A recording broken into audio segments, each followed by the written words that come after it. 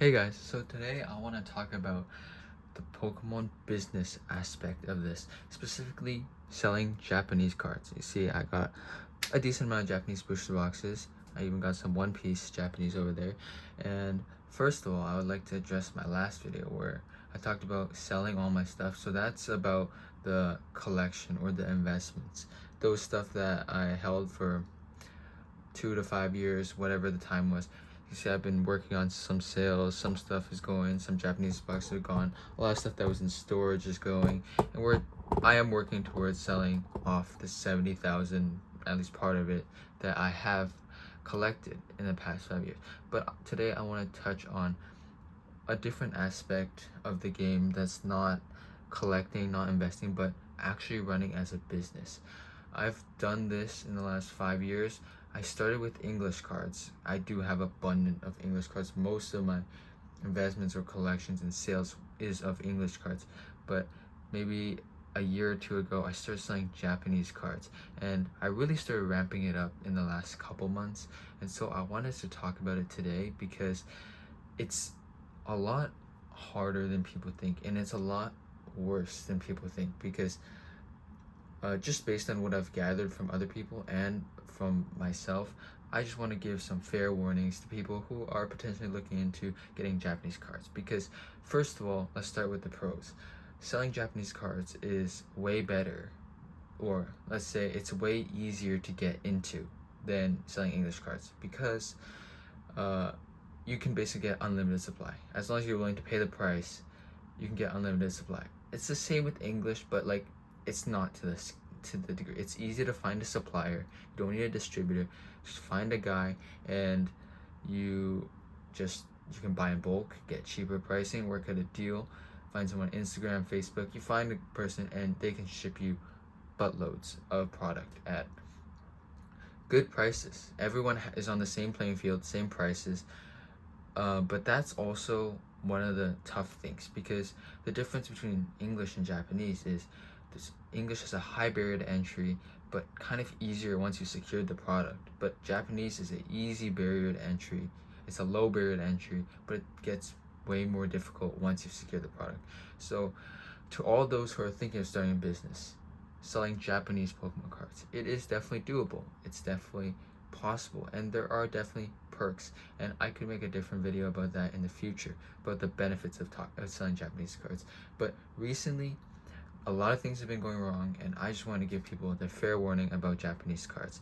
So now that we got the main benefit out of the way, let's talk about some of the cons. So the first biggest issue with selling Japanese cards is the fact that it's so easy to get supply. You can go on Facebook Marketplace, whatever, eBay, and you can find so many random people selling Japanese cards. You'll see a picture of just some guy and his kids, his wife in his profile picture, and he's never sold on Facebook, but he's got a shelf full of Terrestrial Festival or a shelf full of the new set because he's got money and so he can buy products and sell them. And that's one of the biggest problems. There's so much competition. You can see on Facebook the groups that other people join if you click on their profile, and you can see pretty much like the mutual groups, right? If you're in a group, half the world is in the group as well. So it's easy to get product. That's good and bad. Good for you to start out, but extremely bad for you to scale. That's one problem. The next problem is most Japanese sellers take Wise, and if you don't use Wise, you basically cannot be competitive because they charge 5 to 10% on top of the price for fees if you use PayPal, and that's if even they take PayPal. Now the problem is that's to the next problem actually, where the margins are pretty thin for Japanese boxes, especially the older ones. For example, a box of Night Wanderer up there, right here. If you're buying a box of Night Wanderer, you pay, let's say, in Canadian dollars, you're paying, let's say, 50 a box, and you're selling for 60 or 70. And after customs, the taxes, tariffs, or whatever, you're basically making $10 a box. You're making 10 to 15%, and the margins aren't great. So if you're paying another 5 to 10% transaction fee on it, it's cutting out all your margin. And the problem with that is because there are scammers. Usually with Japanese people, it's pretty smooth, but especially when you got some shady people. And honestly, the one time I've been scammed, it wasn't even a Japanese person. It was just uh, some guy. I don't know if he was even in Japan, but he had a really good price on Battle Partners. This is when I was really ramping up. I bought like 100 boxes. Good thing I paid him with PayPal. I do recommend that for your first transaction with the person, because he ended up resealing all the boxes and shipping them over, and it was a complete mess. $5,000, a lot of boxes, and it took months to fight, and it was overall a mess. So there's always that possibility. That's why I said most of them use Wise. There's no protection, and if they use PayPal, you're paying a hefty fee. That's one of the biggest cons. It's pretty big risk, especially you're sending. Even when you're starting out, you're going to be buying in bulk because you don't want to pay $50 shipping for a $50 box. So you're spending like $1,000 to $5,000 even on your first order. Large capital investment and huge risk. Now the next problem. Look, I got like 8 boxes of Rocket there.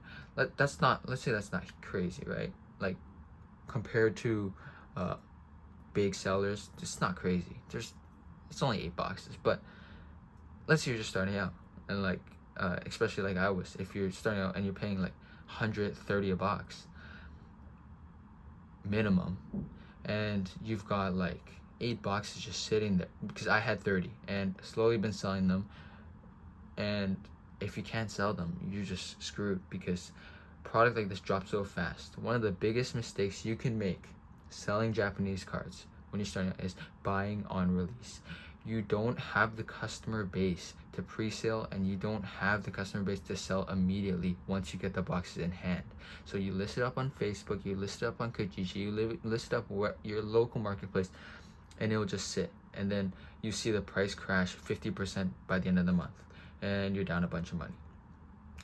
And so it's usually the best advice I can give is wait roughly at least a week before ordering, especially if you're starting out, because you don't want to, because there's like a point of diminishing, there's a point where the price drops diminish a lot. Like after the first week, the prices basically hit a floor, but it drops a lot within the first week. So if you buy on release day and you don't sell it by the end of the week, you're pretty screwed, because the price of the new boxes have dropped so much.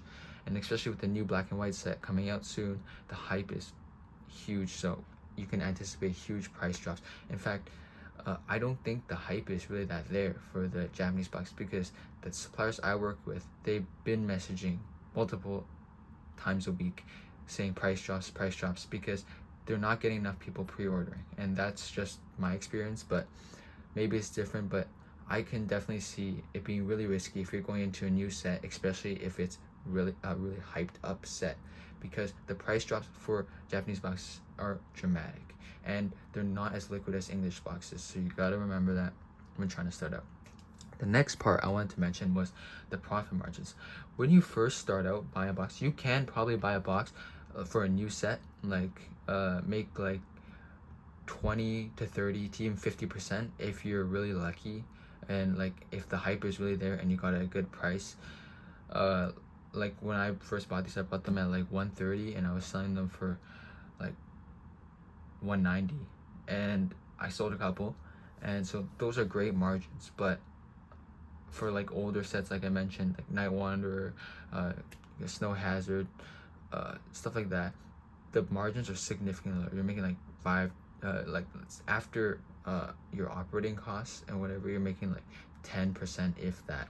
And you a lot of big time Japanese card sellers in the US and Canada can attest to that. The profit margins aren't great, so you basically have to move volume. And that basically brings me to the final point, the biggest issue of them all, which I really found a struggle. So I've been selling on eBay for 5 years now, selling like 20,000 a month, but English cards. And I've been selling on Facebook Marketplace primarily for local deals. And the problem with that is you can't charge tax. So if you're doing it big time. You're doing over the threshold. You have to register an LLC, register a company.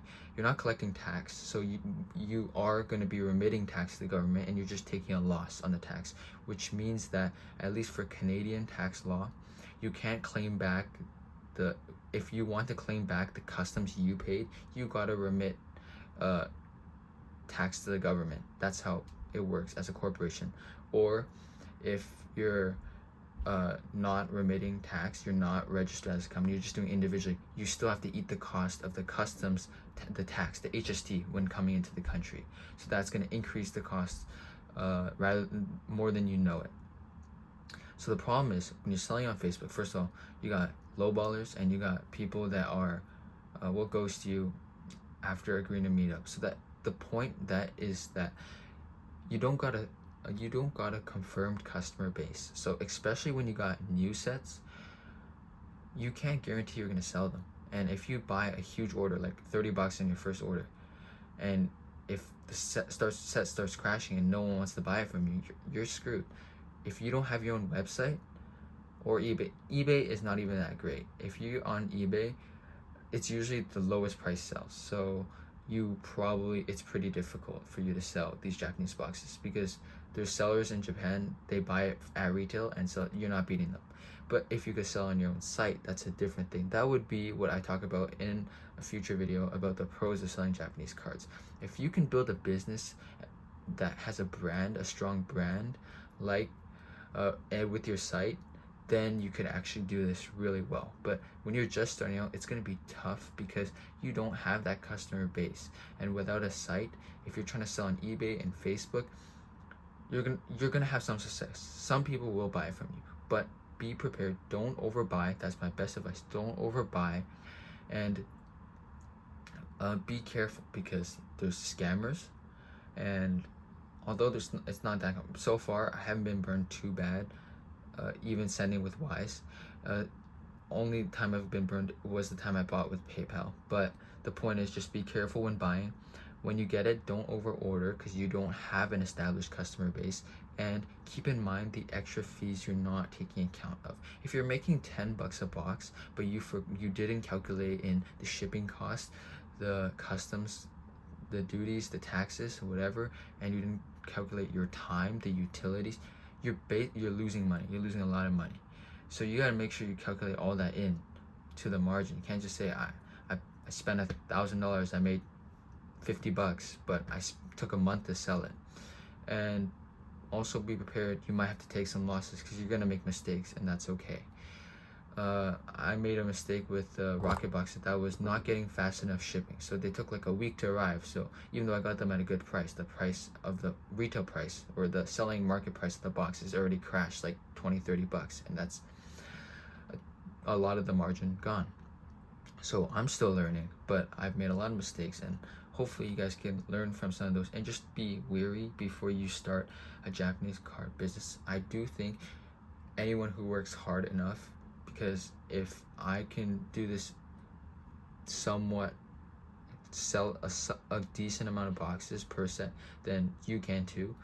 And you just put in the time and put in the effort to make the listings and do your due diligence before purchasing, find the best price, and you'll be fine. But just be warned, it's not a get rich quick scheme. It's pretty difficult, pretty rigorous. The margins are low, time effort is high, but if you truly enjoy it, you enjoy the hobby, it's a great way to sell cards and build a business because the supply is so easy to get.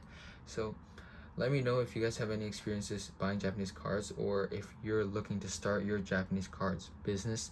I'd be happy to answer any questions, even though I'm not an expert at all, but just share some of my experience and hope some of these tips can help you guys. So if you're starting your Japanese card business, you can launch it successfully. So that's gonna be it for today.